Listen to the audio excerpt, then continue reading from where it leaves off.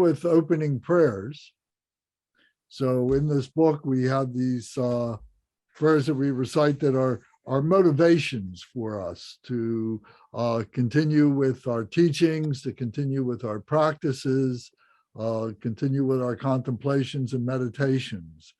So the motivation is basically for other people to be able to, whatever we achieve in the way of learning about wisdom, learning about compassion, joy, and equanimity, we are dedicating to other beings. We're doing this for the benefit of others.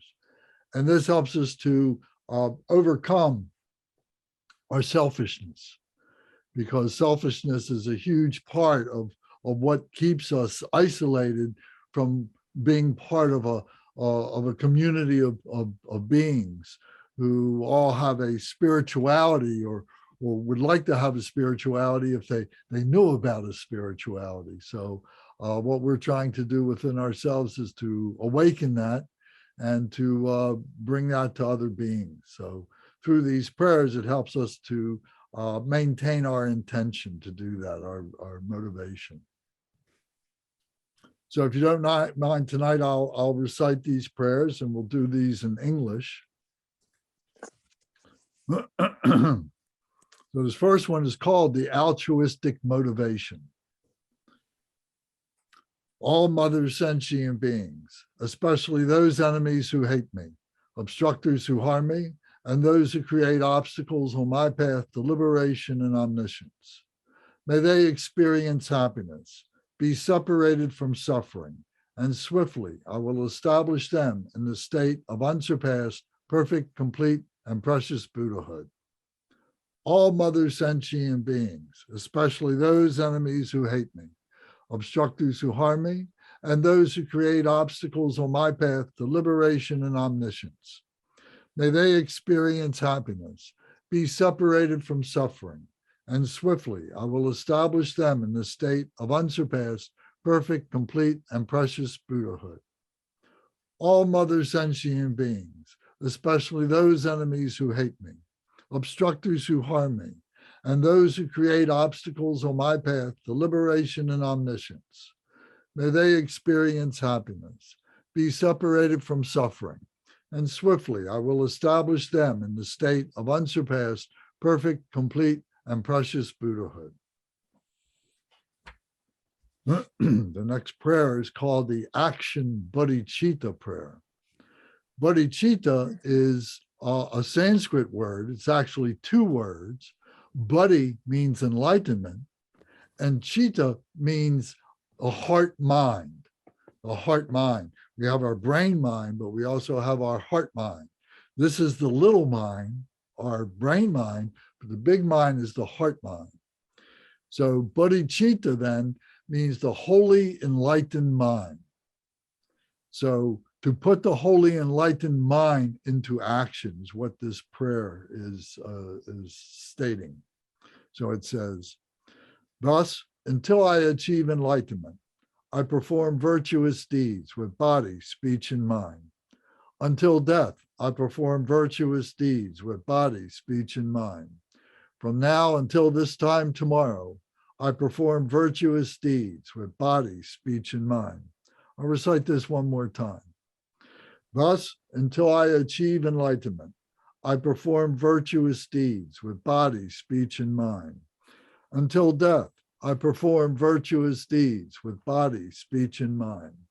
From now until this time tomorrow, I perform virtuous deeds with body, speech, and mind. So that's putting the wholly enlightened mind to action. We are going to do this for the benefit of other beings.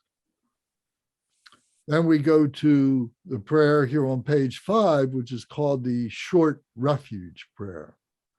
So refuge is like a safe place that we go to, a home, something like that. And for us, we take refuge in the Buddha, the Dharma, and the Sangha. These are called the 3 jewels of Buddhism.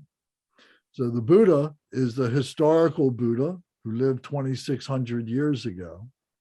So we take refuge in the physical body of the Buddha. We take refuge in recognizing that our body is like the Buddha because he lived, he was a human being. We take refuge in the Dharma.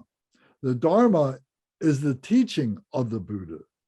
So during the time that he lived, he experienced enlightenment. And what he was able to do was able to make a system, to be able to compose a system of teachings to help other beings to attain the enlightenment that he attained. So those teachings are called the Dharma. So that's the second of the jewel, the three jewels. The first was the Buddha, second is the Dharma, and the third is the Sangha. The Sangha is the community of people who are following the Dharma teachings, who are following the Buddha teachings. And the Buddha taught that we all have this Buddha nature within ourselves. And it's a matter of being able to recognize this virtue that we have, this goodness that we have innately, and to be able to allow that to come out, to rise up, and that everything we do is for the enlightenment of other beings. So the Sangha is the community of beings who are following those teachings. So, so these are the three jewels, the Buddha, the Dharma, and the Sangha. So the Sangha is the body. I said it was the Buddha, excuse me. The Sangha is considered to be the body of the Buddha. And then the speech is the Dharma of the Buddha, the speech of the Buddha, the intellectualization of the Buddha. And then the heart center, the mind, the big mind of the Buddha is what we call the Buddha, the Dharma, and the Sangha. So it's the body, the speech, and the mind. So we recite this prayer to help us to remember this. In the Buddha, the Dharma, and the Sangha most excellent, I take refuge until enlightenment is reached. By the merit of generosity and other good deeds, may I attain Buddhahood for the sake of all sentient beings. In the Buddha, the Dharma, and the Sangha most excellent, I take refuge until enlightenment is reached. By the merit of generosity and other good deeds, may I attain Buddhahood for the sake of all sentient beings. In the Buddha, the Dharma, and the Sangha most excellent, I take refuge until enlightenment is reached. By the merit of generosity and other good deeds, may I attain Buddhahood for the sake of all sentient beings.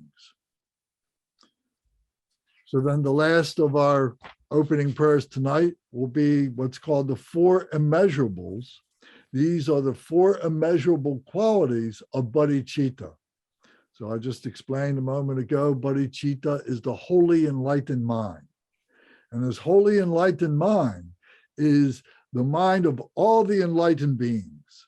So whether it's Buddha, or whether it's Jesus, or whether it's Moses, or whether it's Mohammed, or whether it's Lao Tzu, there's so many different great beings who have been born in this world, in this planet, who have brought great teachings to human beings. So what they are teaching, what they represent, what they have within them, and what we all have the ability to have, which we all have the potential for, is this wholly enlightened mind, this bodhicitta. So these four immeasurable characteristics, qualities, are loving kindness, compassion, joy, and equanimity. So these four qualities there's a theme that goes through everything that we do with Buddhism. So we refer to this all the time. So this prayer helps us to remember this. So we recite this 3 times. May all mothers, sentient beings, boundless as the sky, have happiness and the causes of happiness. May they be liberated from suffering and the causes of suffering. May they never be separated from the happiness that is free from sorrow. May they rest in equanimity, free from attachment and aversion. May all mothers, sentient beings, boundless as the sky, have happiness and the causes of happiness. May they be liberated from suffering and the causes of suffering. May they never be separated from the happiness that is free from sorrow. May they rest in equanimity, free from attachment and aversion. May all mother sentient beings, boundless as the sky, have happiness and the causes of happiness. May they be liberated from suffering and the causes of suffering. May they never be separated from the happiness that is free from sorrow. And may they rest in equanimity, free from attachment and aversion. So, thank you very much. Zara, welcome. Good to see you. Hi everyone. Thank you, Lance. Good to see you. And Rebecca is with us tonight. Good to see you, Rebecca. It's been quite a while. Thank you for coming. How are you guys doing? All right. Rebecca, where you been? I figured I had to drop in. Yeah. Very good. All right. Well, very good. So, what we've been doing this round of Buddhism 101 has been more of a discussion group than a lecture kind of a thing that we've done in the past. And we would have a lecture and then we would discuss different aspects about what we mentioned in our lecture and so on. But now we've been taking, maybe one or two ideas and then opening it up to a discussion to allow everybody to express themselves. Many of us have been through the 101 many times over and so on. So we've had time to process these ideas and be able to see what they mean to us, but also what they might have read about these or might have thought about these. So this is what we discuss. So first off, I'd just like to ask anybody, do you have any questions or anything that you'd like to talk about tonight that you'd like to express right now? So does anybody have anything to say? Yes, Michael. Yeah, I have just a quick question for clarification. You described bodhicitta as a wholly enlightened mind. Is that with WH or a holy as in religious? Well, holy and not like a hole in the wall, No, holy, like fully. In its full entirety and its totality. Okay. Not HOLY then, huh? Correct. Yeah. So thank you. Yes. Yes. That everything. So what the implication is that everything that is being done by an enlightened being is with loving kindness, with compassion, with joy, and with equanimity. So that's what that means. So and Buddhism, and I'll say this for the benefit of Karen, Buddhism is not an exclusive religion or philosophy. It doesn't even, characterize itself as a religion. A religion to us, if we look it up the dictionary, the definition, I think, means man's relationship to a supreme being. And Buddhism, it's not said that we know for sure that there is a supreme human being, but it doesn't matter to us. What's important is that we as individuals find ourselves living a virtuous life, that we cultivate a virtuous life. So if there is a supreme being that we meet in our everyday occurrences, or if when we die that we meet a supreme being or something like that, that's wonderful. But the important thing is now, that who we are now, that this is a philosophy of discovering who we are. And so our true nature, in this sense, our true nature is what we call Buddha. Okay. So that Buddha nature could be Christ nature, could be God nature, could be Krishna nature, could be Mohammed nature. There's many different ways to express it. Could be the Tao Te Ching, could be the way of virtue, could be expressed many different ways. And so the Buddha, he taught that it wasn't exclusive, the Buddhism. What Buddhism does have is a very, very good body of of intellectual work to be able to refer to scripture and so on. So it helps us very much to intellectualize what it is that we're trying to experience through our practices and through our meditations. Okay.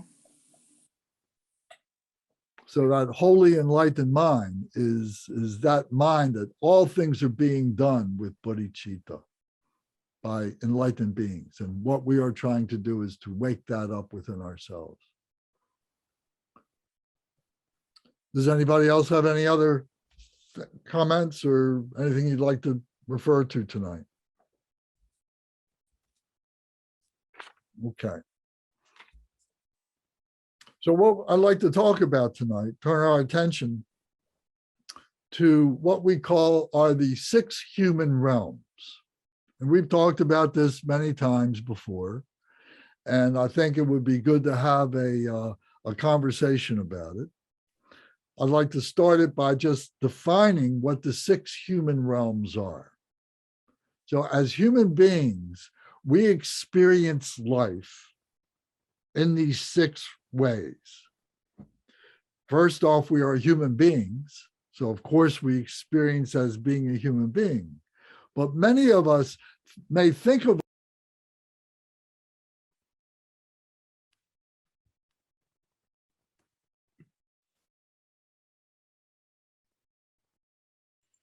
Lance, you muted.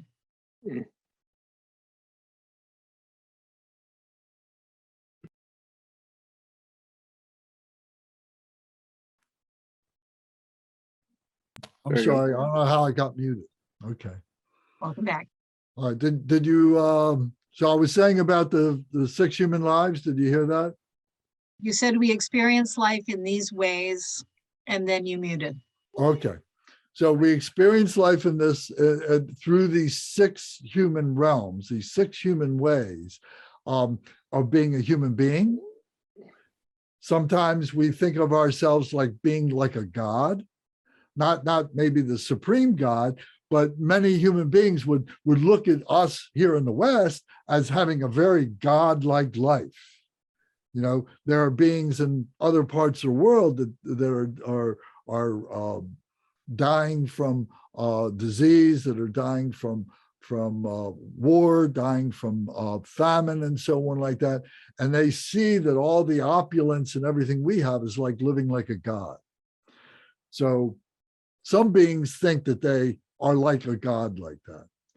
Some beings think that they are what's called a demigod or a titan.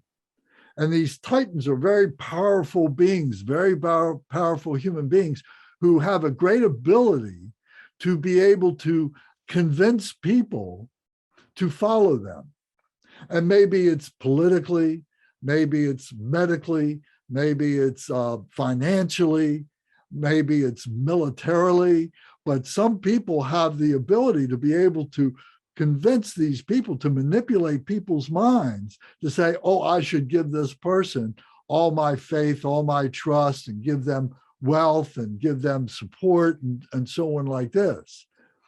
Those people who are following them are very often not recognizing what it is that they are doing. So we'll come back to that to explain both of these things a little bit more. Another of the human realms is the animal realm.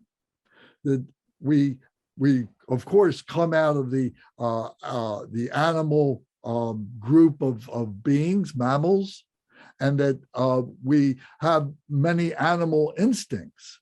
And many people, you know, we might think of as behaving like an animal, very basic, taking care of just their basic needs, whether it's eating, whether it's sleeping, whether it's procreating, whether it's chasing down other animals, different things that are being done as an animal. And we might think of ourselves, or people might think of us, looking at us saying, oh, this person's acting like an animal.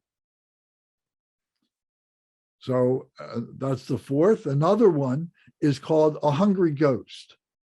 So these hungry ghosts are beings who are always suffering from never getting anything or everything that they want. They are suffering from insatiability. They always want more.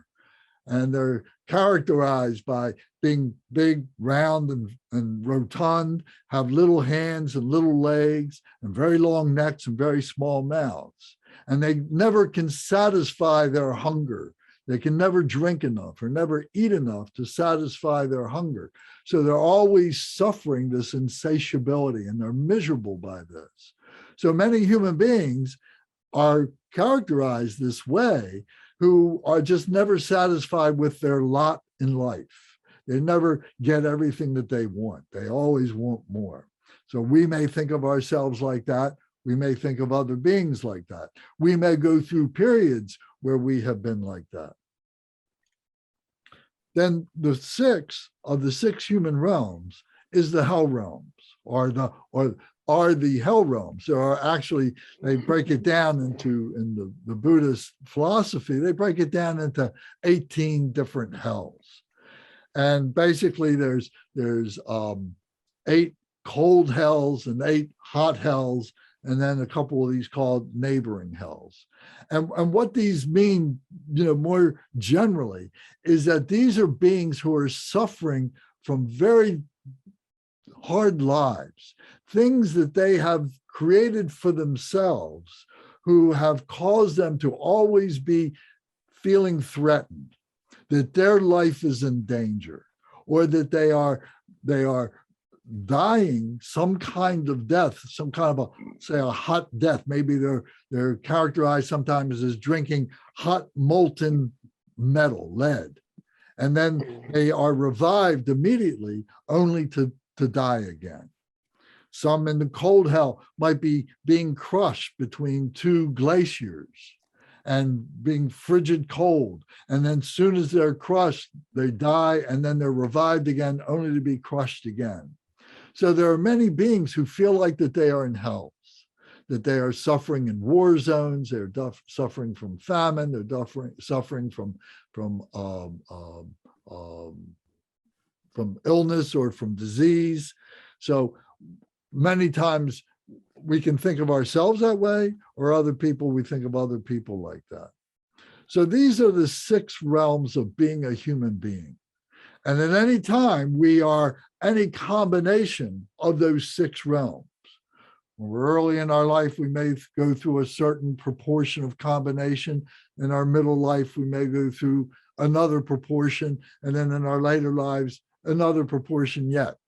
So, but it gives us a way to be able to recognize what we call the psychophysical drama of being a human being.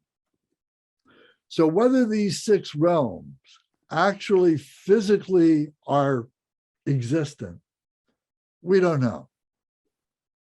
Are they just characteristic of what human beings are going through? So we look at it from that point of view, whether there is an actual hell, whether there's an actual God realm, a heaven, whether there's an actual animal realm. Well, we know there's an animal realm, but to have these 2 opposites of the hell and the heaven realms and so on, we can see that it's happening within the psychophysical drama of human beings. So this is the conversation for tonight. Does anybody have any comment that you'd like to bring up about this first, please?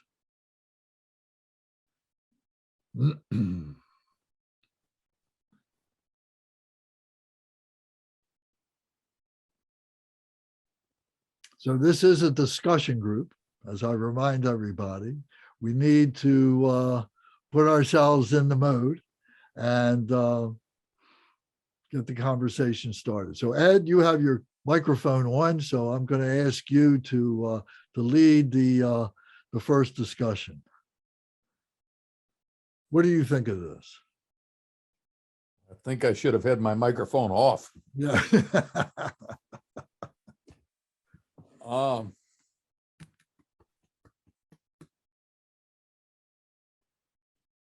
I have nowhere to go right now. All right. Well, what do you think about this? What do you think about the hell realm? I mean, I think that's the thing that strikes people the most.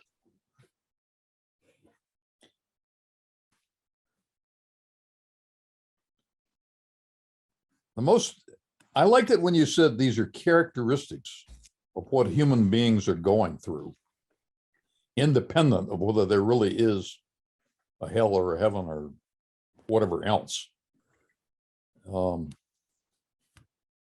That was meaningful to me. I mean, it puts these realms in strictly human terms rather than as some abstractions that, you know, exist somewhere else.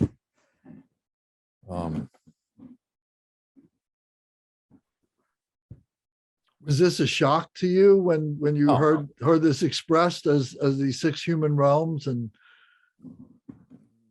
No, I mean, it's reassuring to me. I mean, it makes it less abstract. And heaven and hell, and, you know, I've always found to be rather abstract. But putting it in terms of the human condition is useful. And have you ever thought of yourself as being in a hell realm? Even for a moment, at some point in your life? I don't think so explicitly. I mean, I don't think I've ever thought I'm in a hell realm. How about one of the other realms? Well, I don't know about that either, but looking, I mean, I don't know that I've ever explicitly identified myself as in any of these realms, but looking back, I could have identified myself at different times of my life in these different realms. I've been through some hell without necessarily calling it hell or thinking I'm in a hell realm. I'm going to keep my microphone off from now on. Karen, did you have something you wanted to say? Well, you know, when you were talking about the hell realm, it made me think, my mom used to always say we make our own hell. And that's how I related to what you said. And probably like Ed, I don't know that I've ever thought that I was in a hell realm, but there are periods of life. And I also think that I've sometimes looked at other people that seem very unhappy.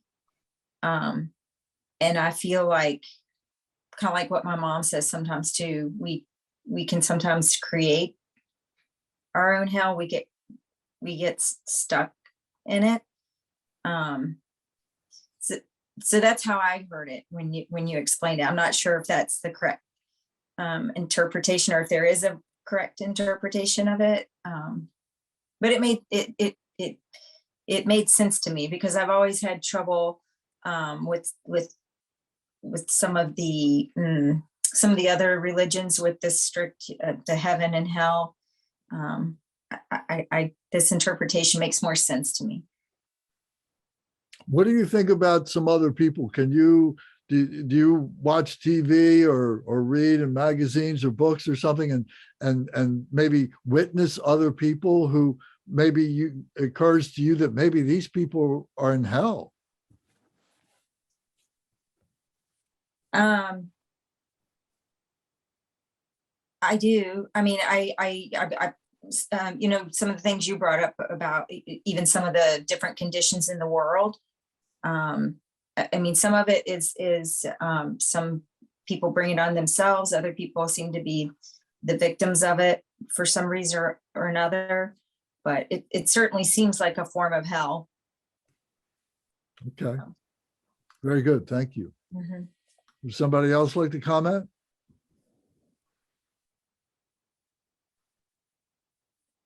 Katie, what do you think? And you don't have to specifically talk about hell if you don't want to. You can talk about one of the other realms if it's has purpose for you.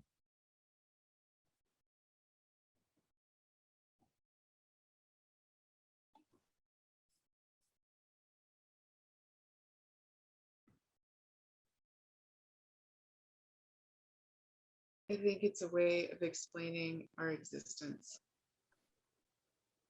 And I enjoy listening to the discussion.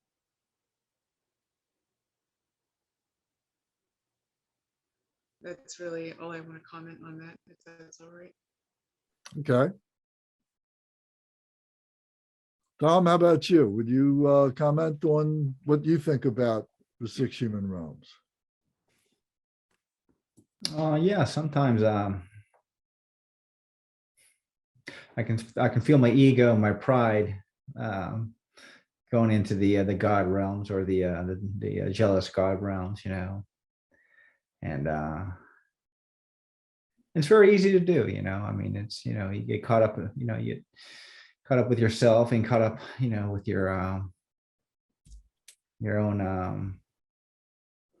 self-righteousness, you know. And it's not hard to do at all. It's and the other realms of like the animal realms, you know. When I was a teenager, oh man, I can completely relate, you know, going into, you know, just being almost, you know, almost animalistic, you know, just doing stupid, dumb human tricks, you know. And I realize that. Yeah, but yeah, I can, all these 6 realms, I can, you know, definitely, even the hungry ghost, you know, at certain times, you know. And you're just trying so hard to, you know, to acquire, to get, to, you know, it's like, oh man, just never ending, you know. And the hell realms, and, you know, when you don't get those things, and when you don't meet certain expectations, or you don't meet, you know, oh man, it feels like hell, you know. I mean, you know, not just for yourself, but, you know, sometimes it feels that way, just, you know, letting somebody down, you know. Like, oh man, you know, I can definitely see all 6 of these realms that are within us, you know. And Karen, your mother was a very wise lady. Yes, a lot of those things we do manifest on our own, you know. And, you know, so we can step back and actually realize that, you know. And, you know, we can do that through practice, but that's the only way we can do it, through practice. If not, you know, we just get completely consumed by those things, by those 6 realms that, you know, just are in constant misery, constant dissatisfaction. So that's what I have to say about it right now. Thank you. Michael, what do you think about, you know, do you, in your practices and meditations and so on, do you occasionally think about, you know, the evaluation of there were human beings who can get caught up in these realms, or is it something that you don't think about very often? What do you think about this? Well, I see these realms as possible narratives that are available to us, that are probably always available to us, depending on our relationship with our needs and with our sense of self. So it's in a way, it's based on what's motivating us at any given time. In addition to what we to what sort of delusion that we're living in. And, you know, it's all about delusion in all of these realms. So these are possible lenses of delusion, you know, depending on which of our tails we're chasing at any given time, and how much we want to either inflate ourselves or deflate ourselves. So I mean, I think we can straddle them as well. So that complicates things. I think that we can be in, you know, have one foot in one realm and one foot in the other, and that can result in having, you know, what others might see as sort of a split motivation, or even a split personality, where we're not quite sure what direction we're going in. You know, it seems like we're aiming in a selfish direction, and we're full of ourselves, and at the same time we're beating ourselves up, and we're intentionally walking into fire. So I mean, your description of psychophysical drama it rings true. These are dramas. I mean, this is the way that we see ourselves and our relationship with others on the stage of life.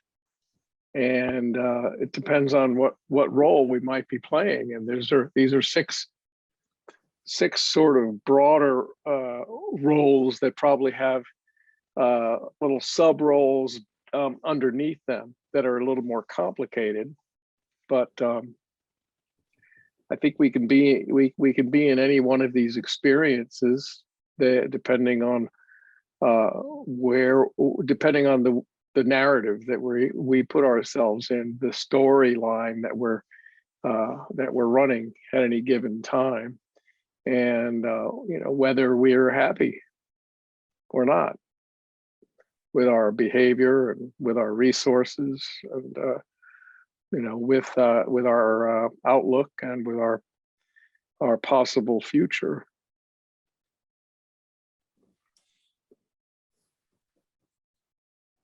Okay, thank you. Czar, would you like to speak about this with your clients or in your personal life, or observations that you make in general? And, what do you think about the 6 human realms? They're very helpful in relation to intellectually, for me personally, yes, I appreciate them as minimally as a conceptual understanding of how the ego can manifest, I guess, manifestations of the ego, right? And where the wisdom comes in is when you recognize I'm oscillating or moving into, this is what it must be like to be in this realm, like the God realm or the hell realm or the diva realm. So from that categorization where I can label it and say, aha, this is the aha moment where your ego and pride is pushing you into this, where you're getting attached to all this like comments and positive feedback, and you're missing the point of why you're here and in this human body, right? So I can see like from that, it's so helpful. So I'm able to have a vocabulary to identify you're getting way too attached to these positive comments about your performance, right? You did something really nice and you get all these praise and attention, or the reverse of it, right? Or the inverse of that as well. I have, in the last year since you've introduced these concepts to me, been very aware of them acutely now. And I can say, oh, I would never want to be like in the limelight or this, because then it really takes you away from your becoming Buddha. It really does. And now I have that understanding, because then you can easily see you get attached to the drama and staying stuck in samsara, right? So that's helped me identify, have a vocabulary, and then be better at recognizing when it's happening to me now in the real time, where I say you're leaving your Buddha state. Like now you're drifting into this realm, right? Where I can see that, and I can have the vocabulary, the knowledge, and now the development of wisdom through experience. As each day, like some of you may know my recent drama, but each day by day, I'm like, I can see it. And then I just drift back to my Buddha state, like coming back to that and saying, it's going to be okay. Come back here, come back to this middle place. So that's my experience with it. And as a first person perspective, it's a daily opportunity where you can go between those, if you want, glimpse by glimpse, and say that snapshot was hell realm, that was that realm. Where is the Buddha realm? You can expand it, or you can make it microscopic in how you experience it through your journey in your human body. That's my perspective and what I would contribute to the conversation. Very good. Thank you. Very good. Rebecca, how about you? What do you think about this? And I know, you've sat through this for a couple of years. We've talked about this many times and so on. So, taking a little bit of time off to take care of family business, but now, being with us tonight, maybe you got a fresh way of looking at this. What do you think about this? So I also appreciate the fact that you raised it as conceptual as opposed to literal. one of the things that I've been dealing with while I've been gone, because I had a whole bunch of things to go deal with, and some of them were just inside my head. But one of them is that I'm really struggling to accept things that I think are imagery or like shared experience as if they're real. And I've gotten to be a little bit more comfortable with the idea that I just don't like, I don't believe in that stuff. So one of the things that I found myself pushing back on here was feeling like I needed to believe it as if it's true. And if I can accept it as metaphor, right? Is that if I can accept it as a way of looking at it, kind of a loopier hero's journey or something. I find that much more relatable. And I can go through that list and say, oh yeah, I've been there. And you know, since I saw you guys live, I've been in that one, I've been in that one. And so yeah, I mean, I think at any moment you can say, oh, I can recognize the pattern and I'm starting to veer off into that. And I can just be mindful of it and make a conscious choice to withdraw from going all the way there, right? The other thought that, I'm sorry, go ahead. No, please go ahead. The other thought that came up for me is that one of the other studies that I've engaged in is in Judaism, there's something called Musar. And it is basically looking at the kind of the virtues of being a good person. And none of them are like there's bad to good. There's a balance, right? And so one of the ones that they talk about is ego. And so humility, I think, is the word that they use, right? But you can have not enough humility and you can have way too much humility, and neither one of them is good. You have to find the right place. And so the idea is, when you walk into a room, do you take up an appropriate amount of space? If you don't have enough humility, then you're going to take up too much space for the room. And I would argue that makes you start to move into maybe the God realm. But if you're not taking up enough space, then you're also not in the right place, and that might move you into a hungry ghost realm. And so I'm just sort of enjoying the fact that there's some interplay between the two traditions there that I think is meaningful. Very good. Thank you. So we've been talking about, you know, mostly the two extremes here, mentioning the other ones a little bit.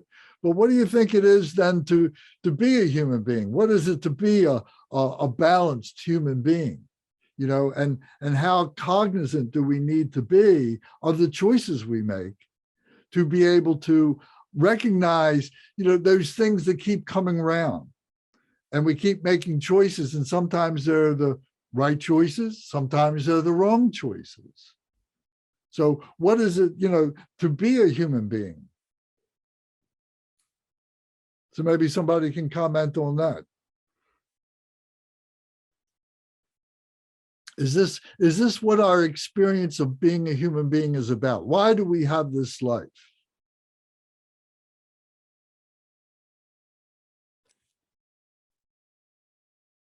When you say, is this, what is this? This life? If this is what our experience in being, I'm trying to repeat, this is what our experience in human being. Of being in the 6 human realms, you know, that, you know, the idea is that we're simultaneously in all 6 of these realms by some degree that is always changing. But things can change in a moment, and all of a sudden we may be in a 0 hell realm, but in 5 minutes that could change and everything totally becomes a hell realm. You know, I sort of react to this at 2 levels. I mean, one is that, I mean, almost like I'm in a psychology course. I mean, this is what human beings are like.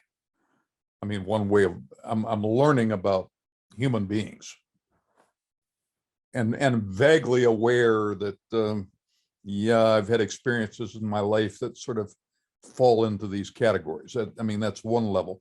The other level is, I mean, if I really internalize this, I mean, do I get into it? Do I think, I mean, Michael's or Tom was just example that comes to mind, talking about being in an animalistic realm when he was a teenager. Or, I mean, is the hope that I will then take that introspectively and say, whoa, I'm slipping into an animal realm. I need to get out of that. I mean, am I trying to use these as a measuring stick to? Do you think that would be helpful? I don't know. I mean, what I'm wondering is, and not wondering cynically, but just the fact that I am now been exposed to these realms, and I can identify that I've been in some of them, or in sometimes more than one simultaneously, probably. Am I really better off because I can label a realm that I'm in? And if so, how am I better off? So I can aspire to a higher realm? Or is this making any sense? Yeah, that's a good, that's perfectly good. And why? I mean, what do you think about that? I mean, do you put a judgment on that? Or do you think it's better just to be numb from it all and not have to think about it? I think it's good to think about it, but I think I could think about it too much. I don't know. Do you think we take for granted the fact that we have what we refer to as a precious human life, that we live in a free country and we can go where we want to do and have plenty of food and all the things that we have, and we begin to take it for granted, and we become numb to all the other possibilities, or feel that we've risen above all those possibilities, and now I'm in this lap of luxury now, and now I'm a precious human being.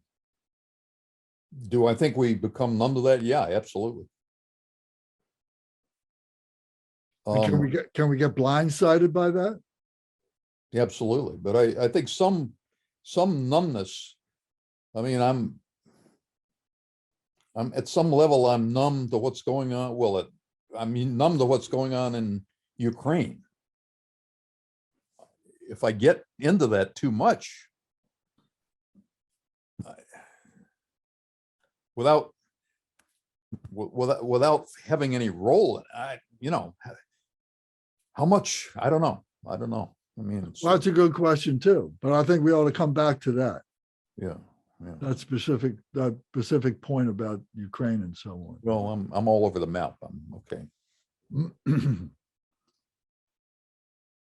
Karen, what do you think about this? What do you, going back to the expression, that we cause our own hell, or we cause our own heaven, or any of these other realms, that do we have some responsibility for where we are in these realms? What I was thinking about when you said that is that, I think that other religions would call it free will a little bit. And I think, just like Ed said, that for at least a portion of our lives, we're not aware.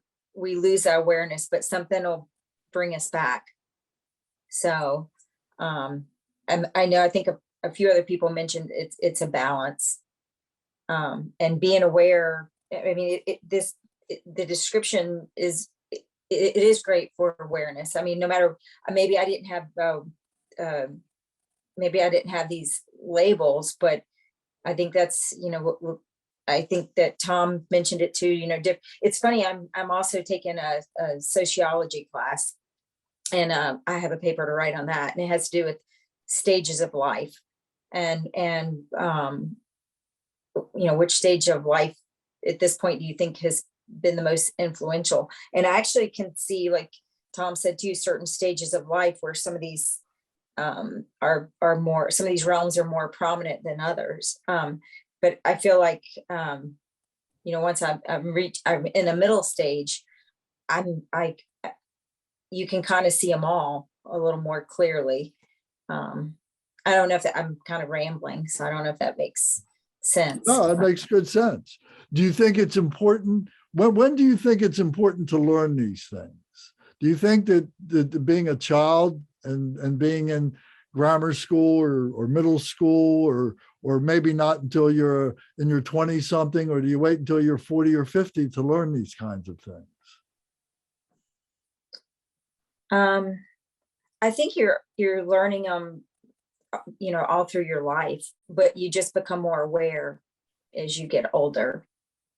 At least for me, that's the way I kind of, we were looking again. It's kind of funny that this is a conversation we're having tonight on the heels of me writing a paper about life stages, and looking at my stage of life now, and I think about how selfish I was when I was younger, and then you become a wife, a mother, or some other, maybe a caretaker of a parent. My husband and I laugh that even when we got our first pets, that was our first responsibility. So it kind of shifts you to a different awareness. Once it's not, once you leave adolescence, young adulthood, where, and for good reason, in adolescence and in young adulthood, the focus is more sometimes on yourself because that's what's growing. But then you enter a new phase where, at least in my case, I've gotten a lot of joy. It's not about me anymore, so it is. I kind of see it, maybe because I had this in my brain because of the paper I was working on. I kind of see it as some stages in life and some things that come with it, the awareness that comes with experience. So I think you can try to teach. I think you can try to learn or teach this at any age, but I don't know that you would fully understand it without some life experience, or you could be totally aware of some of these realms if you didn't have the life experience to go with it. Well Very said. good. Thank you. Yes. Does anybody else have a comment about this? Raising your own kids or yourself, were you exposed to this when you were, 5 years old or 10 years old or whatever age? Were you exposed to this, or is it only now that you're becoming exposed to this? And would you have preferred, if you could go back, would you like to have learned these kinds of teachings when you were a kid? Anybody want to comment on that?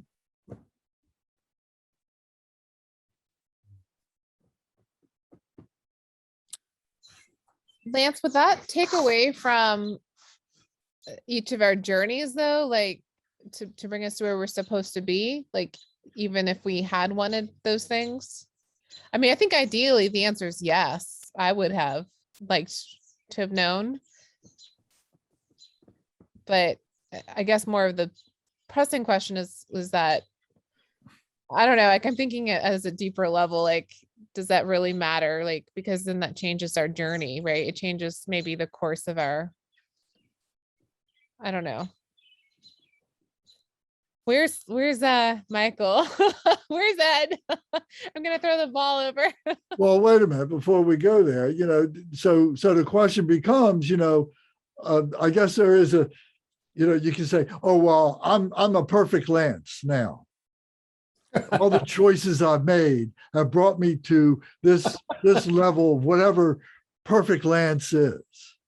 But in the back of my mind, in my heart, could I say, well, if this would have happened 30 years ago or 40 years ago, or when I was a little kid, I might be another Lance who might be even better than he is right now. So do you think that there's that kind of, dynamic that happens in all our lives? Would that have happened in your life? Do you think of your way that way? Or do you think that, okay, we're just a product of all the choices we made and I'm happy with that, and I'm not going to think more about it? And then how does that impinge my kids? What do I think about my kids? What do I want them to do for their lives?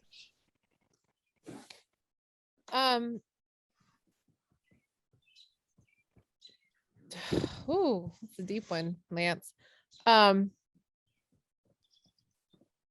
I think that, so for me, answering just for myself as my own perspective, I'm always thinking of analogies and how I talk because then it's more relatable. But I think like I'm happy with having not known and found out through these, like you said, these experiences I've had one after another, because then now I have relative understanding through these experiences of these different conditions versus them being just given to me like on the outset, and not having had more experiences and exposure to these comparison conditions of like, oh, that burned, or oh, that burned and then that bad thing happened afterwards. Because then I think for me, the growth, like in my human journey, and even finding my Buddha nature, is more authentic, and actually going through those non-optimal experiences, I think, are what drive you to your Buddha nature. And having to go through, most people have to go through them through directly. You have to experience the good and bad and neutral. Like you say that all the time, people connect the dots experientially, right? And so if someone just gives you the knowledge as a young child, maybe that taints your pathway, or maybe that changes your pathway a little. I don't have children myself, Lance. What would I do? I would just model the behavior for them. Probably, like if I had small children, I would just be through action and showing, and maybe not conceptually labeling it, right? I would just be modeling the behavior, and maybe not necessarily talking about it like academically. And I don't know if that is in the wheelhouse of what you were trying to get at, but I'm okay with not having known and having had rough patches, because now I experience this Buddha, this desire for Buddha nature is stronger, because now I have gone through many things that are non-optimal. I have a greater appreciation. I don't know if that resonates with anyone else. Okay, well, that's good. Thank you. That brings up, brings some things up. Anybody have comment about this? How you might have raised your kids, or how you wish things might have. Rebecca has her hand. Who's that? Rebecca has her hand up. Oh, I'm sorry. Sure. Go, Rebecca, go ahead. So I was exposed to some of this when I was younger, and I can't recall exactly how that happened. So as a preteen, I got kicked out of Sunday school at my parents' lovely, nice mainstream Christian church, because I was not taking Jesus appropriately seriously, which may explain how I ended up Jewish. So you haven't ended up yet. well, I haven't ended up, but I keep ending up further and further afield from where I started, friend. So I went through a period of, I would say earnest searching, where I was looking for, if I don't believe this, then what do I believe? And so as a teenager, and when I was in college, when I was studying martial arts, I was exposed to a lot of these Eastern traditions, found this very resonant, but didn't have the community available to me at that time that would allow me to have something like what we have here, right? To be able to have kind of partners on the path and discussion and opportunities to learn beyond me just reading and trying to figure it out. But it's one of the reasons that I think it resonates and has me come back here, is that it made an awful lot of sense for me at that point. And I think it has informed my parenting. I think it has had a lot to do with the way that I chose to raise my son, and the fact that I forced him into martial arts at 4, because I think that a lot of the philosophical underpinnings of that kind of help you decide who you're going to be. And I didn't want to put him in a dogmatic religion so much as I wanted to give him an opportunity to explore who he was. Okay, thank you. Anybody else want to comment on this? I wonder if there's a false precision, Lance, in your saying, well, do you wish you'd learned this at an earlier age, or, if you had, what would have been the implications, and that sort of thing. Shakespeare was a great writer, not because he discovered things about human nature, but because he expressed them in a way that his readers or watchers of his plays could say, I recognize that as a human, as a truth. And I think, though I've never been exposed to these 6 realms before by these names,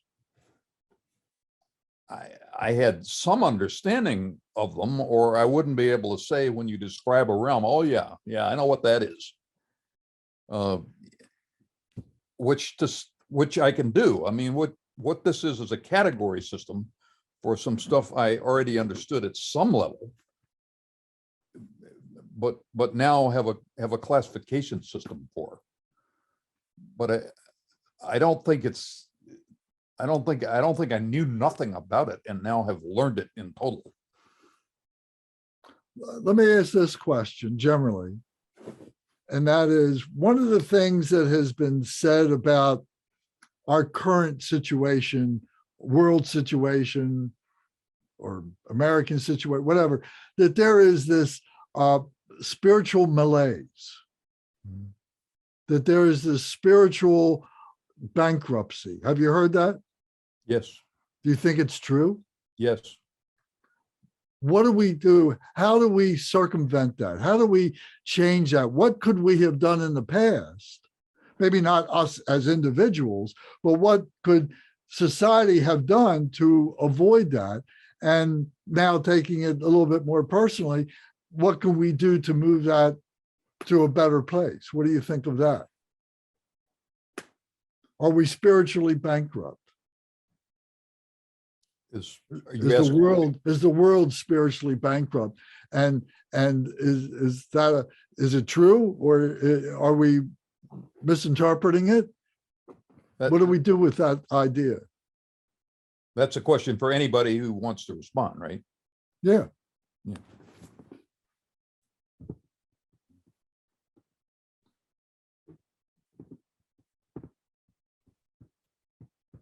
Well, I'll take it. I'll answer the question, because at Dharma Surya, most of the Sangha, most of the group there are immigrants, people who have come from Southeast Asia, and people who have come from Mongolia, and people who have come from Tibet. And what's in common with all those 3 people?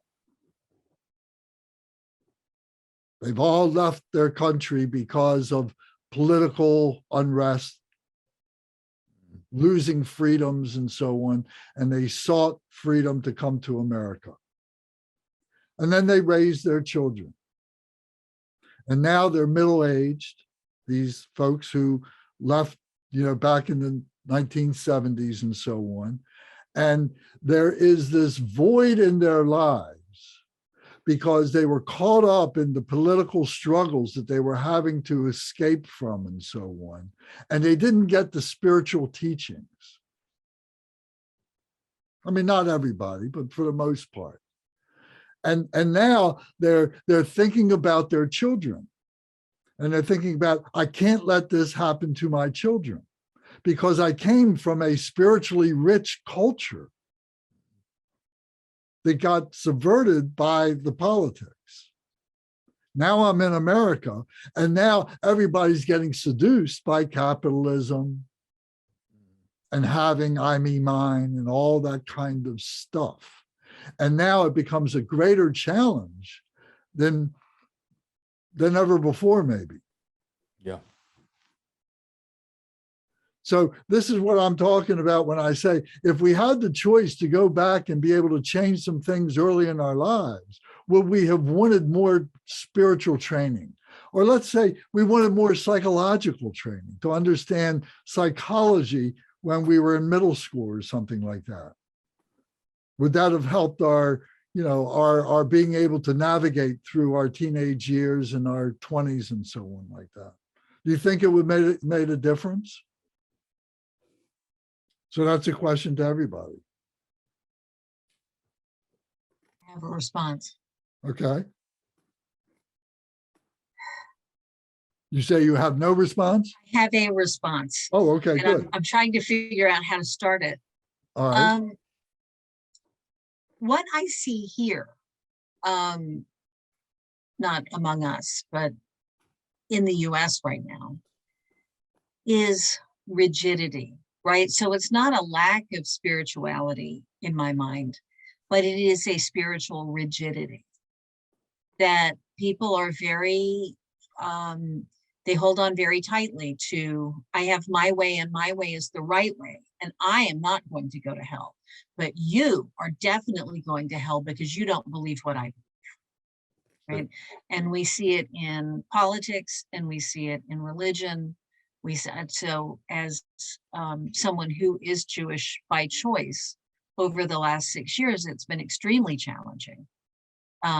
Because I, grew up a nice little Presbyterian white blonde girl. And in the last 6 years, I've had to worry about acts of anti-Semitism, right? There's been vandalism in my neighborhood, cars, swastikas and Stars of David carved into things. Our community center has been vandalized several times. We have police presence every time we have a service in our synagogue now. And it is shocking to me. And it's shocking to see people become even more tightly bound to, I am right and you are wrong. And therefore, and I don't even know quite what you're wrong about, but I'm pretty sure you're wrong because you don't look quite like me. And so now I'm going to go drive a tractor trailer across the country because I'm mad and I don't even know what I'm mad about. I just know that there's somebody out there not being exactly the way I want them to. And so I'm pissed. And so I would say that if we need anything, it is some teaching that will allow people to become less rigidly, dogmatically attached to, I think what Ed was referencing at the very beginning, which is, so we see these things, these different realms as, are they real or are they figurative, or are they a way of looking at things? And people want to attach to, there's a way that it is absolutely right and correct and real and I can't prove it, but I believe that it's absolutely real. And if we could teach people to be respectful of one another, understand that so much of it is metaphorical and that we're all kind of experiencing the same thing, just maybe using different language for it. I think that would be the biggest gift we could give to the world. I will step off my soapbox now. No, that's very good. So let's go back to the initial conversation of the 6 human realms. Before we do that, can I say one thing in support of? Of what course, Rebecca- please go right ahead. Sorry. No. This idea of I'm right and I circle the wagons. A friend of mine who I consider to be a progressive, open-minded Christian, a year or two ago, went to visit some friend of hers somewhere else, I don't know where, and went to church with this person in a supposedly Christian church. And she said the whole thing was based around, we've got the truth. And as long as we can keep out contaminating influences like Muslims, like scientists, like anybody who would expand our mode of thinking, the way we get to heaven is to just sit on this truth that we've got in a box and not let anybody intrude on it in any way. Now that was an extreme case, but I think there's a lot of that in the world. Which is what I think Rebecca's saying. It's not just Christian. No, but it's I want security. I don't want, there's too much ambiguity. I want security. I want the truth. And when I've got it, I've got to defend it. And if I listen to you with some other idea, I'm being sinful. So I have to, well, okay, I'm the one on the soapbox now, but. Well, no, I think it's a great point. You can share my soapbox anytime, Ed. We do. But that. So doesn't it come down again to a question of responsibility? Yeah. Yeah. And to take responsibility requires a degree of contemplation. You know, looking at this from different dimensions, you know, from different points of view, maybe is a better way to express it, you know. Contemplation is scary Yeah.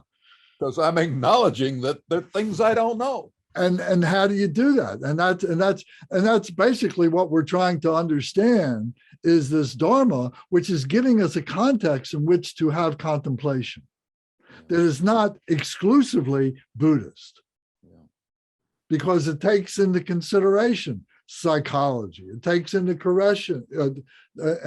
consideration physics, it takes into consideration interpersonal relationships. It takes all these things in there. It's not exclusive. I'm sure other traditions do the same thing, but this Buddhism does it really, really well. You know, and so we call it the Dharma and so on. And then we can branch out from that. We can say, okay, I learned this from here, but it affects this over here, but they don't talk about it this way. But I can take this teaching and I can enrich this over here, which is devoid of that teaching, and bring light into that teaching. You know, in the God realm, we call it the Deva realm. The Devas are like the pantheon of gods, who are the rain god and the lightning god and the god of fertility and all these kinds of gods and so on. Not the supreme being God. We're not talking about that. But what's the fault of these gods? These gods, their fault is having pride. And we've seen, if we look at history, that different civilizations have these pantheons of gods, who then, when things change in the civilization, those gods are dispensed with. So their pridefulness goes away, and they fall to lower realms, thinking that the Deva realm is at the higher realm.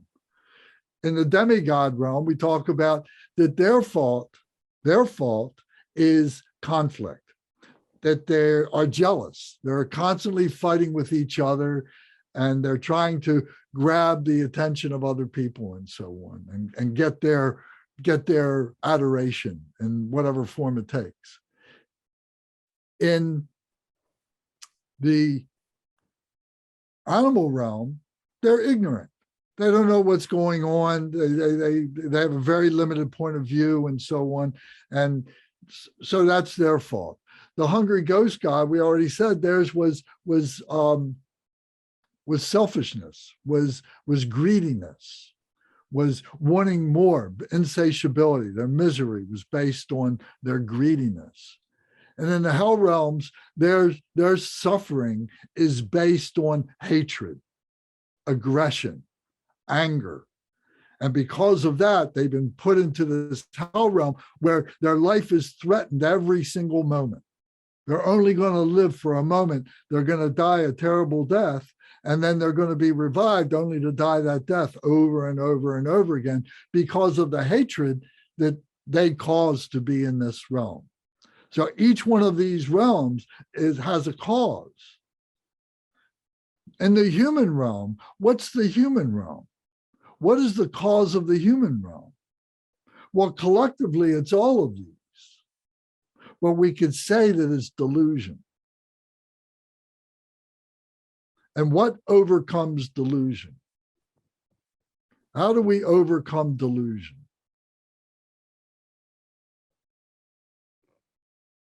Anybody got a comment on that? We sign up for Buddhist 101.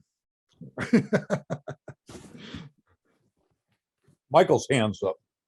Okay. Thank you. I don't Michael. know if I can answer how do we counter, what's the antidote for delusion except for education and practice. But I would like to say that I think one of the indictments of spiritual beingness is that it has a tendency to separate us and create others. as opposed to create common humanity. And then Wait, with wait, regard, wait, let me see if I understand that. You're saying spirituality does that? I would say spiritual identity. Having spiritual identities separates us. Well, wait a minute. I got to define that. Spiritual identity or religious identity? Spiritual identity. Okay. Please Yeah. carry on. And then with regard to the six realms, I think on a micro perspective, the six realms are potential ways to respond to our world. I think at any given instant, we can step into one of those realms like it's a closet in our room. And that's the way we get to act, the way we get to think, depending on our agenda at the time. I think it's that easy to respond to something that we're faced with, some kind of stimuli, some kind of threat to our security, our safety, or our sense of self, and we get to react in those six stereotypical ways, and they're all ways of running. They're all ways of hiding. They're all their own sort of delusion. And I think we get that opportunity all the time. I think when sometimes when I meditate and I observe what's going on in my head, I see some conflicting storylines sometimes.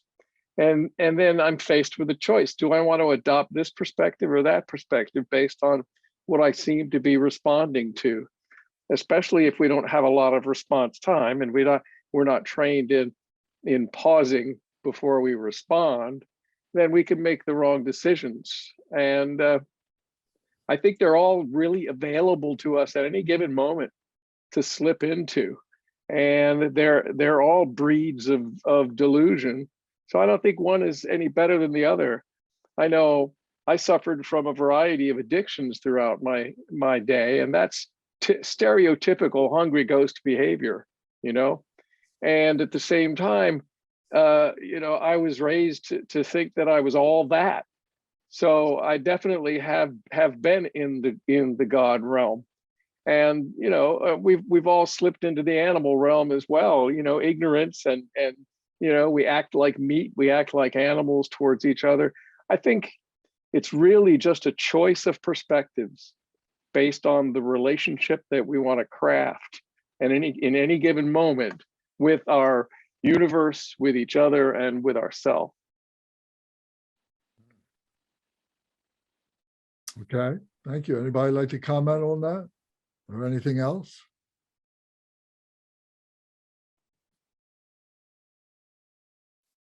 Going back to your thing about do we wish we'd been taught things earlier? A part of this has to do with being at a teachable moment, being at a developmental stage where we're capable of learning in ways that we, Karen's doing this paper on life stages. I'd love to talk to her about that in another forum. But those of us that are here are all, basically we're spread out between Zara's age and my age. I mean, but none of us are teenagers. None of us are in our 20s. None of us are,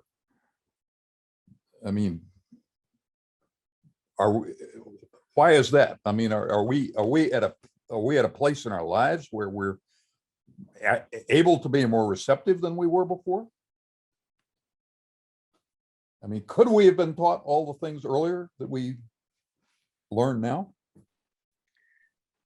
If I remember myself at 14, 15, 16, 18, 21, 22, 23, I was too arrogant to accept the fact that other people knew something better than me, or that other people knew more than me about a certain thing that I had an opinion about, and I had lots of opinions. So I think you're right, Ed. I think we get seasoned to a certain point where we have psychological flexibility. We're willing to to try things on. We're willing to inhabit different ways of being, and that allows us to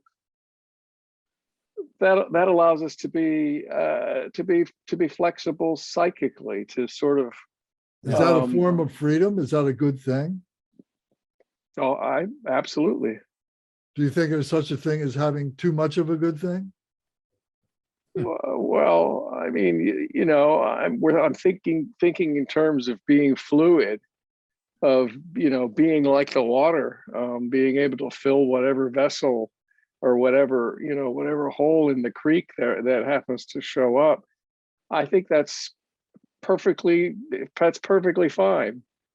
I think what's critical is that we watch out for each other, and that no matter what we do, we try not to hurt each other, and we do our best to make peace and to raise love to a pedestal. The rest is just crap. The rest is just judgment and judging mind and separation. And we're not separate. Our separation is an illusion as well. So we need to get over that.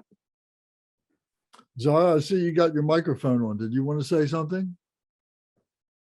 I was going to follow up to what Michael said about, or like Ed or Michael, just about like kind of the point of reference of, I don't know if we individually, like on our own individual journeys, like younger would have been prepared to have heard some of this information versus just general population at that age. For me, I was going to share, for me, I think it's very specific to the person and their individual journey, whether or not Michael says he would not have been ready for the information. At 16, I became a vegetarian because something within me, I did not want to eat animals anymore because I didn't want to harm them. Like the thought of taking their life bothered me very fundamentally at a spiritual level, to where I was like very emotional about it, like crying about like, I don't want to slaughter this animal. And then I became a vegan at 26. And I got on the pathway of Buddhism actually in my 20s, but going back to Michael's point, got easily seduced off the pathway. I went to temple multiple times, could not get into a rhythm. I was fascinated by all the Buddhist principles 17 years ago, Lance, in my 20s, and was around people who were showing me the path. Well, I didn't realize what I was experiencing, but I still couldn't break away from the attachment to shit. Like I had to go experience like staying up all night, partying, boyfriends, all these things. That was such a strong deterrent. So I myself had this experience and opportunity where I could have been on the path much sooner at a much more intentional, purposeful level, but I could not break free from what I thought, oh, this is much more seductive. These are the routes. But you see, I've gravitated back towards it. Eventually, right? The circles come back around. And now for sure, I know this is the only pathway for me. And there's no more deviation. At least that's my hope. Well, I'll interject another thought here now. And that is one of the things that has been taught in Buddhism and Eastern philosophy, and I've also seen in New Age philosophies and so on, that we came from this period where there was this, wholeness of spirituality. And then there's been this devolution into what many have described as now the nadir, that we're at the nadir of this big circle. We're at the nadir of this, the bottom of this. And that things are moving, hopefully they will move back to where it came from, because things go in circles and so on. So in Buddhism, they refer to this as the Degenerate Age. So from the time of the Buddha and before the time of the Buddha was this great period of spirituality, enlightenment, whatever. And then there's been this degeneration into materialism and so on, the antithesis of spirituality ever since and so on. So the thing I'm trying to get to now is heroes. Who were the heroes then? And who are the heroes now? And how much conditioning do those heroes present to us? How influenced are we, our children, is society influenced by those heroes? We see liars that are great heroes today. 3,000 years ago, that would have been unimaginable. There was a sense of morality. There was a sense of virtue, that was permeated society and so on. And now we see heroes who are sports figures, who are politicians, who are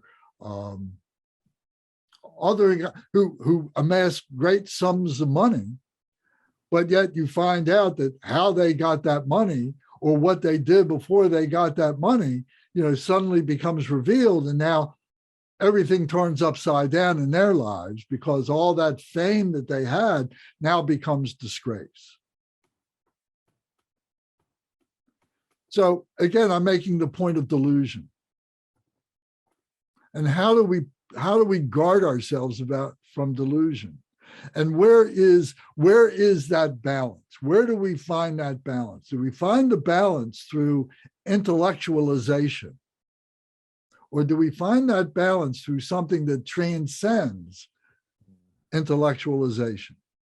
That we go beyond all this confused thought that we go through that has got us to where we are today? Anybody want to comment on that?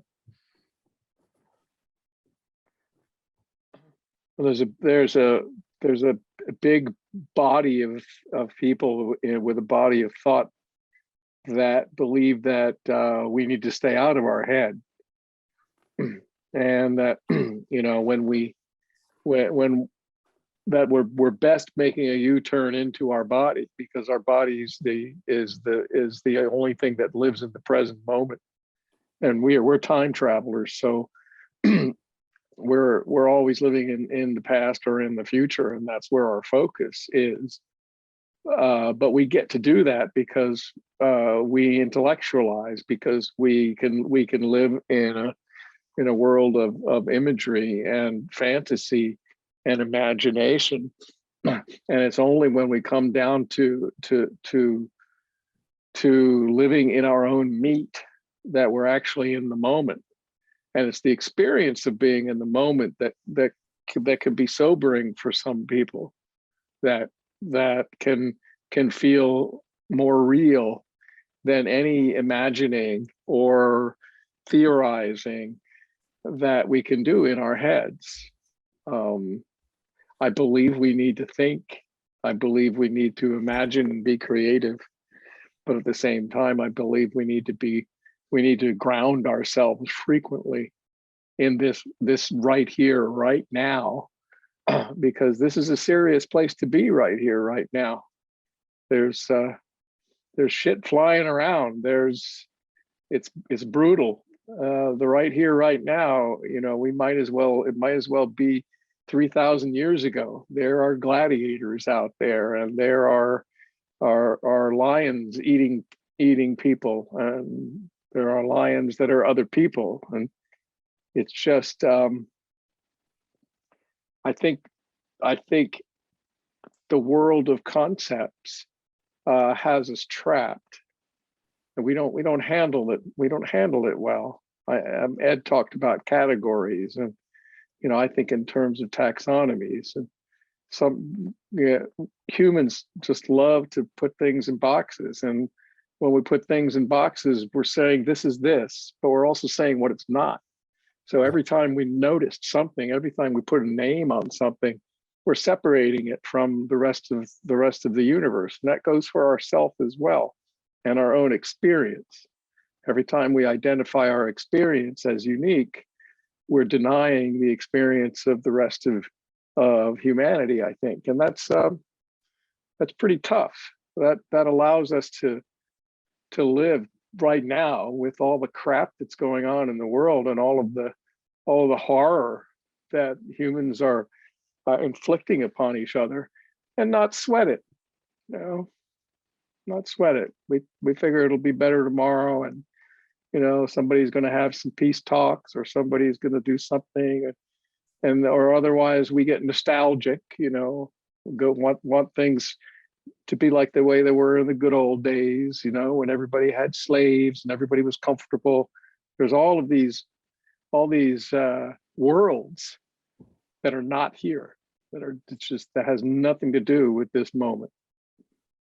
Anybody got a comment about this?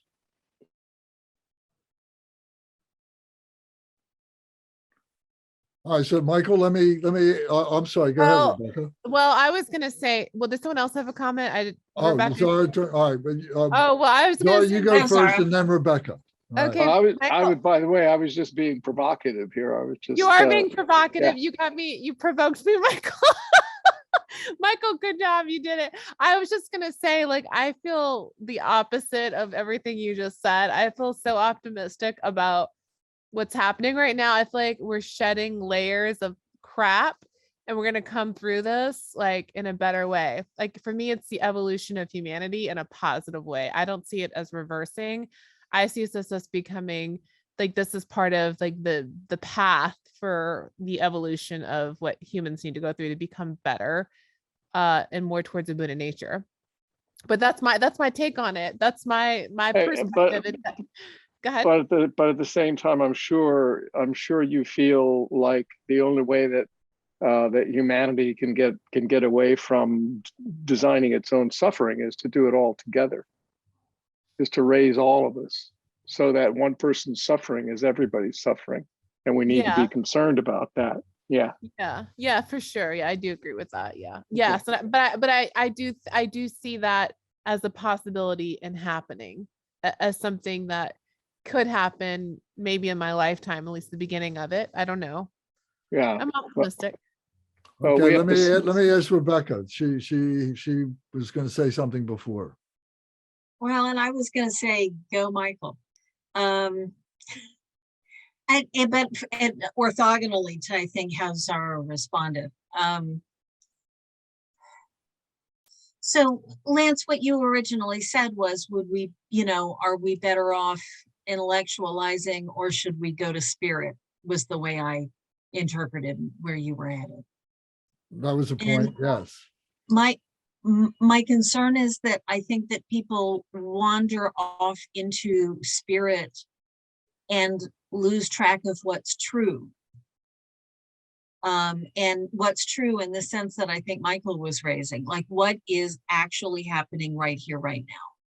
What can I put my hands on and know is the case? What is so, versus what, how can I think about it? Or can I make myself feel good by having some kind of religious epiphany? I think that so much of where we are in trouble is people wanting to have that good feeling of a religious epiphany without doing the hard work of dealing with what is really the case right now. What do we have to do right now? Well, we have to stop a nuclear war, right? We need to get the world back on track. We need to stop seeing everybody who's different than us as the enemy and the bad guy, and to be overcome and forced to become just like me. We need to start taking care. We need to start taking care of our planet, like yesterday. Here, and like before I was born.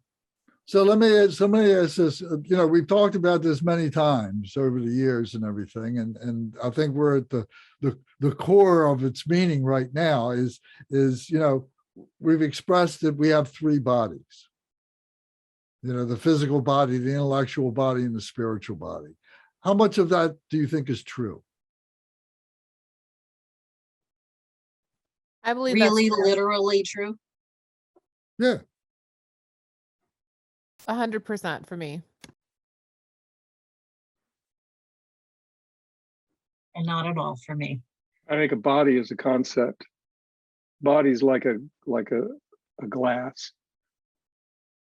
It's the Well, glass that holds. let's look at it purely in a relative sense, that, so we don't have to get caught up in whether it's existent or not. Relatively, it exists. Our body exists, right? What's that mean? One of them does. One body? Well, what about our intellect? Does that exist? I wouldn't call it a body. What would you call it? A machine, a vast and complicated set of processes. It's energy. Okay, then what about the spirit? Spiritual body.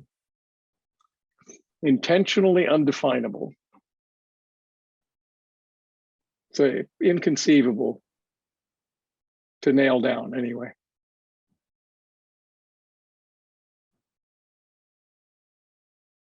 Okay. Anybody else have a comment about it?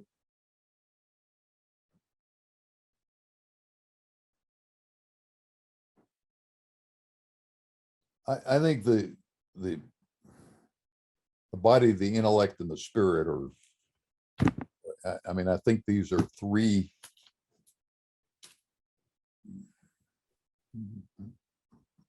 fairly important zones that we can categorize human activity into. But I don't know that I could put a percentage on it. And I don't know that I could say it's the final word. I mean, but for the tools we have right now, I think they're meaningful categories. It's a trinity. Yeah, yeah. Well, Lance, though, your question earlier about, I hope I remember it, but is there a point where we need to rise above intellect? There's a line. I think I mentioned this once before. There's a novel that was a Pulitzer Prize winner about 1961 or 2 or something by John Knowles called A Separate Peace. I read that. And we're about I remember that from I was in middle school or high school or something. Yeah. Well, there's a recurring line in there that shows up 4 or 5 different times in the book. And it refers to a level of understanding deeper than thought, which contains the truth. And you're never quite sure what that is, but I sort of agreed with it without. Rebecca, check me out on this, but I think it was you, used a phrase earlier that I tried to get down, and then we went on, and I didn't get the words and may not have even gotten the idea. But I think you said something about believing things as if they were true. Sounds like something I'd say. Yeah, and I know it's not true, but I think I can't prove it, but I know it to be true. I think that, and I lost the context, but I think this was in the sense of, at some point you have to take a plunge. The spiritual mentors that I've had basically modeled, you use your intellect as a tool. I mean, your intellect is God-given if you believe in God. You use it, you're obligated to use it to its fullest capacity, but you need to recognize when you've done that. You need to recognize when you've arrived at a place where the intellect's not going to get it done. What you're facing is beyond the power of the intellect. And then you have to just make a plunge, make a commitment, and believe something, commit yourself to something as if it were true, because you believe in the big mind that it's true, even though you can't prove it in the little mind. Now, Rebecca, I may have done violence to something you said or didn't say. Well, I was going to say, you absolutely captured something that I very likely said, and it meant something different for you than what it meant for me. Oh, okay. Well, Right now, I'm not going to disagree that mhm. believing something as if it's true, like I believe that I can drink out of this bottle, like that's a thing that I can absolutely, count on, right? And I guess that's what I meant. Mhm. But no, I don't use it in the sense of something that I have like faith in, that I take a leap of faith into. Okay. All right. Well, Well, I used it differently, but it resonated. Yeah. I'm glad it resonated. Glad to have contributed it. And I want to go back to, for me, what I was saying earlier about Musar. That there is this balance between it is all intellect, it is no intellect, it is all spirit, it is no spirit. Like it has to be the right amount of intellect and the right amount of spirit. I think we can delude ourselves by saying there is no spirit. And we can delude ourselves by saying, let's just set everything else aside and jump straight into spirit.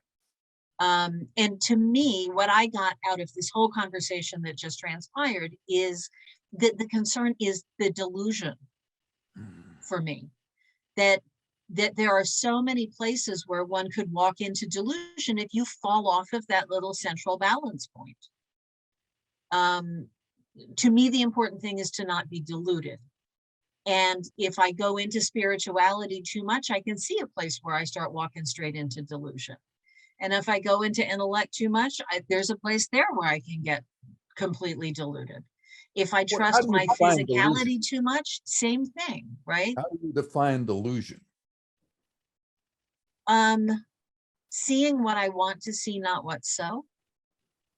But in the spiritual realm, how do we ever know what's so in an objective way that we can prove to anybody else?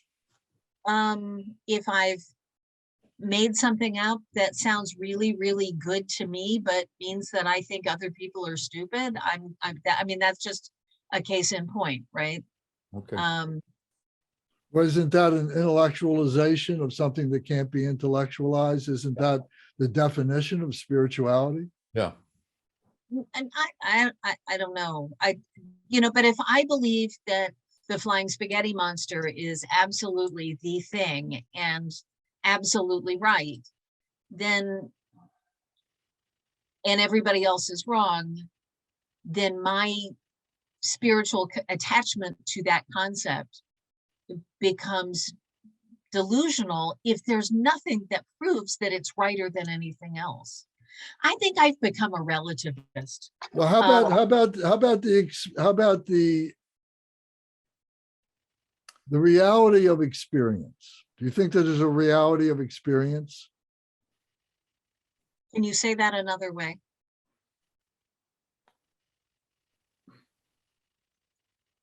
I'm not sure if I know what the reality of experience is. Well, we can intellectualize what heat is. But if I go put my hand on the stove, I'm going to know what heat is.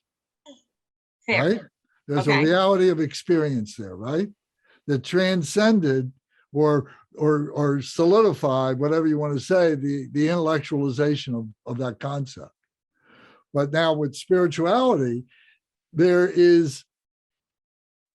can try and intellectualize it. We can say, okay, a quality of spirituality is virtue, to be a good person, to have morals, right?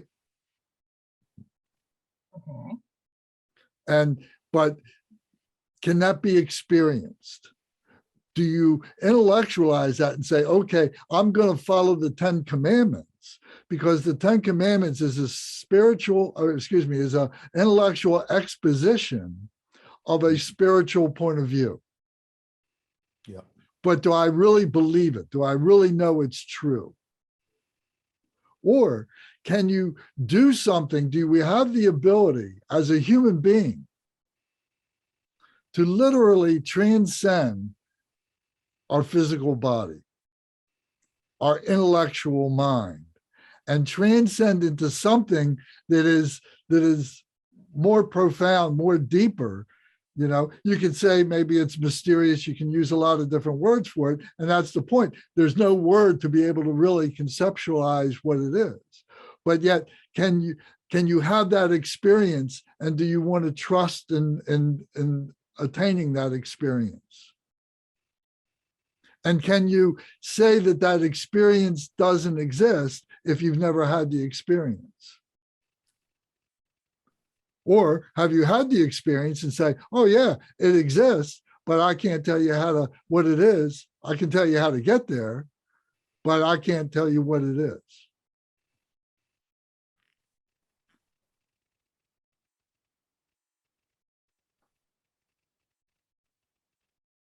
If I recall correctly, you made a statement at one point that even the Buddha didn't walk around being all Buddha-y 24/7. Say that again. That the Buddha he wasn't just going around being all Buddha-y 24 hours a day, 7 days a week, right? That he had, that even the Buddha is like enlightened some of the time and just a normal guy some of the time. If I said that, I was wrong. You know, that's okay. All right. So the Buddha, a bodhisattva, yes, but a Buddha is pure spirit, is pure bodhicitta by our definitions.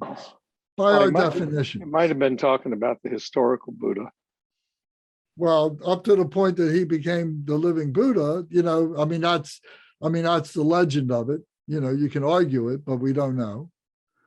Didn't he have to brush his teeth? And wipe his ass? Mm-hmm. There's practical things. There's practical things, but the difference is that the Buddha, the definition of the Buddha, is not attached or have aversions to those things. If he's brushing his teeth or doing anything else mundane, we got to do those things. We got to chop wood and carry water. Okay. But we're not attached to them. We have no aversion to them, or jealousy or greed or pride, etc., the other emotions. So can I go back in that context to something Zora said a while ago, if I heard it right, that she had been through these periods in her life where she was a vegetarian and she was a vegan and she was a party girl and, all of this stuff. But now she had, after all of this, I don't know whether I'd say bouncing around, but, all of this, she'd reached a place. I'm sorry, Zora, I'm talking about you as if you were somewhere else. You'd reached a place where you hoped there would be no more deviation from the path. That sounds like attachment.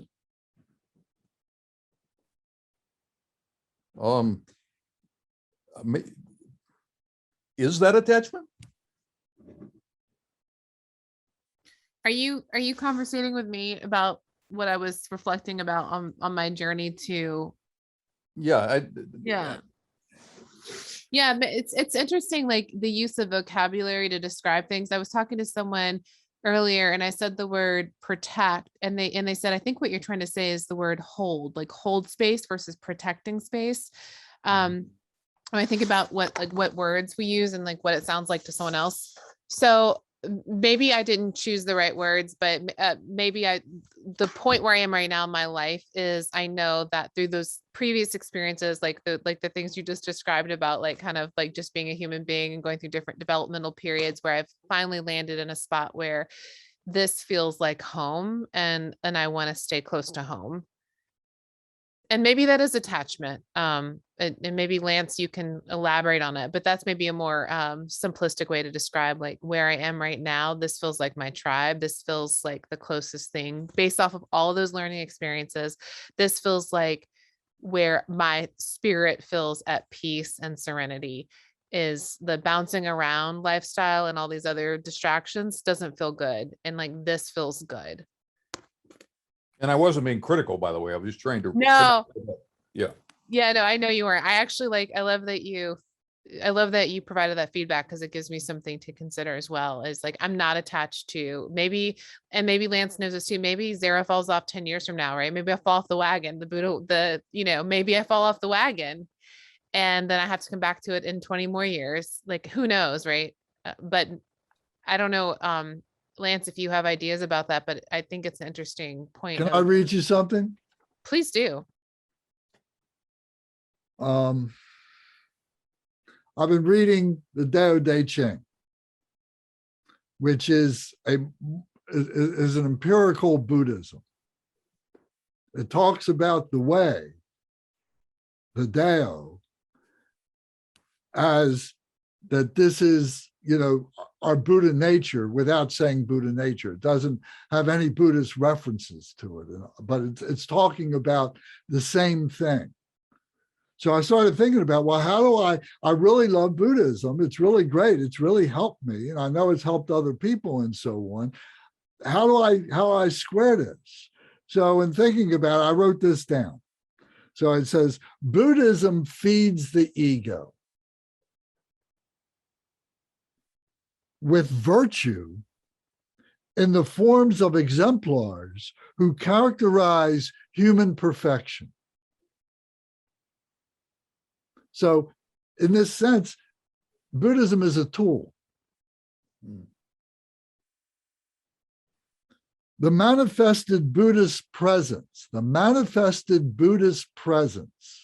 when we open up, and that Buddhism, that bodhicitta mind, that loving kindness, compassion, joy, and equanimity that is shared by all the enlightened ones, when that manifested presence,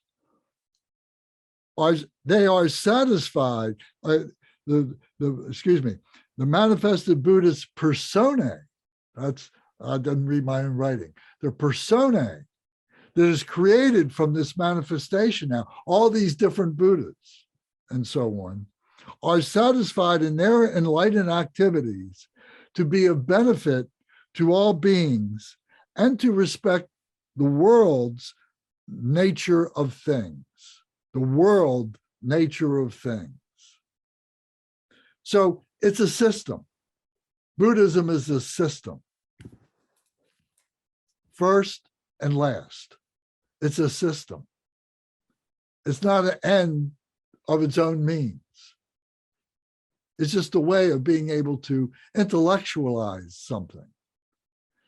What needs to be intellectualized is beyond our ordinary human consciousness. And whether we believe or not that we can transcend that, that's what's being implied here. And that's what the Tao is about. And that's what Buddhism is about, is saying all this stuff is all relative. All these words we're using is just a play we're going through. And finally, we get to a point of exhaustion and say, I can't think about this anymore. And then maybe you have that glimpse. Maybe you have that experience, that epiphany of being beyond thought, what we call rational, intellectual thought, heart thought. And that, I use the defining word spirit for that. That's the word I always come back to. In many of the Buddhist texts, they call it mind. But I think of mind here, I think of heart mind here, or spirit. So what is the difference of being able to accept that? Is the difference between experience and non-experience. Is it vicarious, or does it become a gnosis?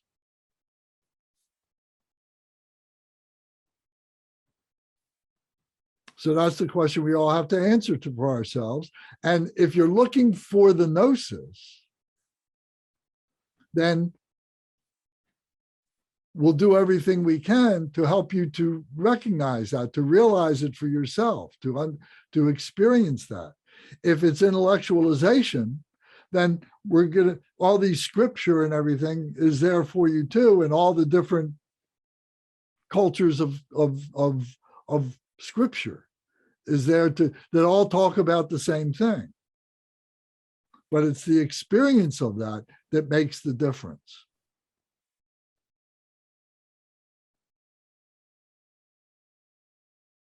So I hope that means something.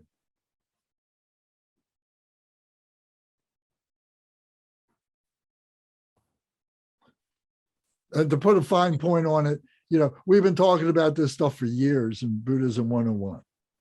I've been talking about this stuff for 15 years. I've been teaching this. And there's periods where we come together and do practice. And that's usually where everybody kind of disappears. But nevertheless, that's what we're trying to do now. We're back in Dharma Surya. We're having 2 Saturdays a month where we're beginning, where we're coming together, at least for 3 hours. We can begin to put a practice together so you can recognize what that is. So maybe you can have that experience one day.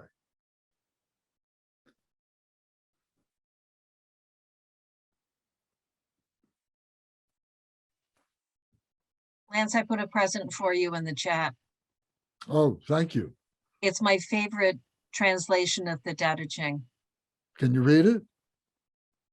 Can I read it to you? It Yeah, would can you take read all it for day. us? Was it just No. one? Was it just one? It's the whole thing. The whole book? It's a retranslation of the book Oh, in okay. very modern language. Who's the author of that? The translator is Ron Hogan, and this is a version from 2004, but I read this when I was in college. Okay, I'm reading Taller now. The practice of Dai Ching, and it's great. And what is it? It's like I said, it's empirical Buddhism. It's teaching meditation. Everything that we've been doing in meditation is in here. Rebecca, that was what you shared that with me a while back, I think. I may have. I love this, and then I lose track of it, and then Yeah. I find it again, and I get all excited. Yeah, I think you did. Thank you. So, to say it another way, the Buddhism gives us a system by which we can characterize it. We can put our mental mind around, our arms around, so to speak, and we can feel the embodiment of that, only to let it go.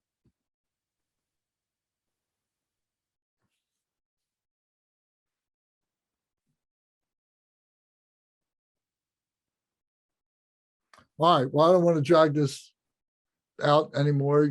Anybody have any closing things you want to say? I was just going to say that it's the letting it go part that, to me, marries up nicely with what Michael was saying earlier, right? We can use it as a way of conceptualizing and of trying to understand it. But if we get a bit, like getting too attached to it as a system in itself, to me, seems fraught with peril. Okay. I think that's correct. Yes, Ed. I just wanted to say something about the format that you've been using the last few weeks. I've always enjoyed these sessions, but along about 8:25 or so, I'd sort of glance at the clock. I mean, because I was getting fatigued. In this new format, I'm not getting fatigued. I mean, I sustain energy longer. I don't know whether that's true for other people or not, but it is for me. Good. Thank you. No, I think it's been very healthy. It's been very good. I'm glad to see you guys. I've missed you. Well, we missed you too. Yeah, Thank no more desertion, Rebecca. you. Wow. Oh God. All right. So not only like my son's health problems and getting him into college, but we decided that for fun and changing jobs, but for fun, we would also remodel our kitchen. Okay, but we need you here, kitchen or not. It was self-inflicted. Listen, I will try to at least make an appearance periodically if I can't be here every week, but it was rough being away. Glad Okay. to have you back too. Yes, glad you're back too, Zara. All right, well, let's do a short dedication. So I'm just going to read from a couple of places here on page 18 and 19, if you've got your book. So the middle paragraph and the second paragraph. By this virtue, may I achieve the all-knowing state. May all who travel on the waves of birth, old age, sickness, and death cross the ocean of samsara by defeating all enemies, confusion, the cause of suffering. Bodhicitta, the excellent and precious mind, where it is unborn, may it arise. Where it is born, may it not decline, but ever increase higher and higher. As Manjushri, the warrior, realized the ultimate state, and as did Samantabhadra, I will follow in their path and fully dedicate all the merit for all sentient beings. By the blessing of the Buddha who attained the three kayas, the three vehicles, by the three bodies, I should say, the body, speech, and mind, the spirit and the speech and the body. By the blessing of the truth of the unchanging Dharma as such, the teachings, and the blessing of the indivisible Sangha order, may the merit I share bear fruit. So, Om, Ah, Hum. Om, Ah, Hum. Om, Ah, Hum. May my body, speech, and mind become inseparable with the body, speech, and mind of all the enlightened ones for the benefit of all sentient beings. Thank you. It was good talk. Thank you, Lance. Thank you. Oh, yeah. That last selection was, it meant something to me.